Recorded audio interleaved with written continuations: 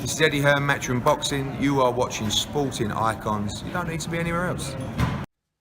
You know, hearing Eddie Hearn talk about the Anthony Joshua versus Dillian Whyte rematch on August the 12th at the O2 Arena, while Eddie Hearn doesn't out and out say he would love Anthony Joshua to go in there and smack up Dillian Whyte, beast him and brutally knock him out, you know, and you get the sense with some of the things that Eddie Hearn is talking about, that that's what he would love. He would love nothing more than AJ to just steamroll Dillian Whyte. Now, that may happen, and there again, it may not.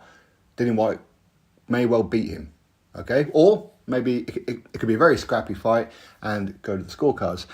Now, no matter what happens in this fight, Anthony Joshua is going to get criticised regardless. Dominant performance, underwhelming performance, win, lose, draw.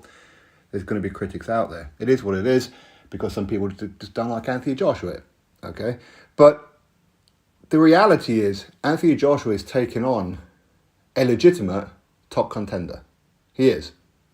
He doesn't have to do it. He could just sit there on his hands and wait for the Deontay Wilder fight. He could do that. But instead, he's taking on Dillian Whyte in a rematch where, if Dillian Whyte's ever going to be up for a fight, it's this one. It's against AJ. He wants revenge. Okay, so it's very, very dangerous, very, very dangerous for Anthony Joshua. And he's not the one going out there taking on MMA guys, taking on a guy who has never fought in a boxing bout in his life in Francis Ngannou. Joshua ain't doing that. Joshua was offered the opportunity to do that, and he said no. And even if he had, it wouldn't have mattered too much because he's not a champion, unlike the other guy. Now, to go back onto the point with Eddie Hearn and Dillian Whyte. Now, these guys, they've been working together since, was it 2014, 2015, something like that? They've had many, many moments together, pay-per-view moments, big fight nights with Dillian Whyte.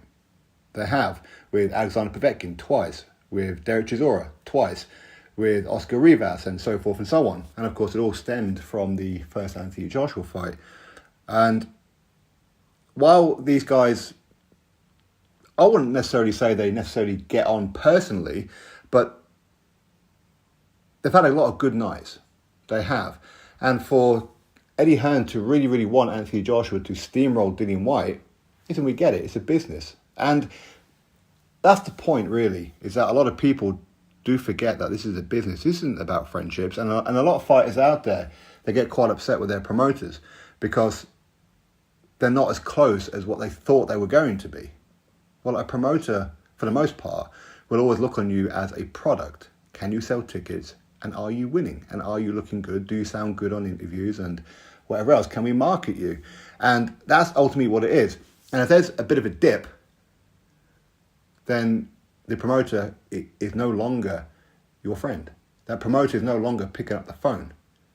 That's just how it works. That's just boxing. And it's the unfortunate side. But as far as Dillian Whyte, all barring the Tyson Fury fight, he's had every single one of his fights with Eddie Hearn. Sorry, there was an exception when he fought Malcolm Tan on the Terence Crawford and Julius Ndongo undisputed fight out in America. But while I wouldn't say that these guys have always necessarily got on, there's always been a mutual respect. And for me, I do find it strange. I would find it strange that, I mean, for me, when I know a fighter and I get on well with fighters, and I know many fighters, while I'm closer with some than I am others, of course, I'm going to favour certain fighters to beat them. But I would never want to see somebody that I know get destroyed. I would never want to see that. Honestly, I wouldn't. Because there's always that somewhat of a bond. And when you've got a bond like what Eddie Hearn has from many fighters, where a lot of fighters will look to him, where they'll call him, they'll have those behind-the-scenes conversations to build their career and things like that. And I have maintained, and I've said it a long time, and I've got a little bit criticised for it when it comes to Eddie Hearn. And it's the only real niggle that I've ever had with Eddie Hearn is his handling of Dillian Whyte's career. Don't get me wrong, they've made a lot of money together. They have. And that's ultimately the most important thing. But when it comes to like title shots, there were certain routes that Eddie Hearn could have took him down but didn't because they weren't as lucrative. For example, he could have and should have fought Dominic Brazil for the WBC mandatory position. But instead, Eddie Hearn wanted the Chisora rematch because it generates more money. Money makes the world go around in boxing, it's prize fighting, but ultimately it was the Dominic Brazil fight. That was the one that would have got Dillian Whyte a world title shot against Wilder long ago. But he didn't take that route. And there's plenty of examples of that, and I even done interviews with Eddie Hearn on those particular subjects. But that said, Eddie Hearn would love nothing more than to see Anthony Joshua starch Dillian Whyte. And we've seen Eddie Hearn quite recently, really, over like the last year or so. I don't really have anything for Dillian Whyte. Maybe a Chisora Part 3, and that's kind of the extent of it. There was never any kind of talk of, well, maybe we can have Dillian Whyte take on Filip Hrgović. Try and get him into that position. He's always been the second fiddle man to Eddie Hearn. Always has been. When he defeated, say, Joseph Parker. From that moment, that's when Dillian Whyte should have really been given a push. But he wasn't. He wasn't. But again, sometimes if you play by the rules, you don't always get what you want. And Eddie Hearn and Dillian Whyte, they play by the rules when it comes to the WBC to try and do what they can to try and get a world title shot. But ultimately, the WBC, listen, we know that they're potentially corrupt. We do. Very, very biased when it comes to the PBC. So playing nice with them didn't work out. It didn't. And I think a lot of fighters can learn from that. But for sure, Eddie Hearn would love nothing more than Anthony Joshua to go in there and steamroll Dillian Whyte, end Dillian Whyte's career.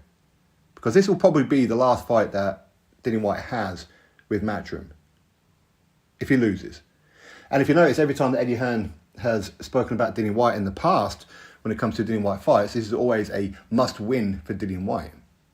It's potentially career-ending for Dillian Whyte. Every single time he's fought, this is career-ending. Even against Jermaine Franklin, it was career-ending. Against Povetkin, the first fight, it was career-ending. The second fight was certainly career-ending, and it's always career-ending. But with other fighters, not so much. When you got fighters that Eddie Hearn promotes, like Derek Chisora, who's got, 12, 13 losses, but it's not career-ending for him, but it is for Dillian Whyte.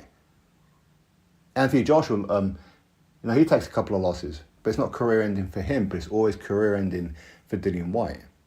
Dillian's always had that pressure, he has. Now, ultimately, what's going to happen in this fight, who knows? Who knows? Anything can happen in this fight. Is it a case of both fighters are at the end of the road now? Are their best years behind them? Or could this be the fight that reignites something in both of them? I've got a feeling that this fight is going to be a war. It may start off a little bit slow and whatever, but both of them are just going to go for it at some point. And I'm pretty confident in saying there's going to be a knockout in this fight. There is. So, anyway, listen, I'm looking forward to this fight. What's your thoughts on it all? Drop your thoughts below. Click thumbs up, subscribe. Catch you next video.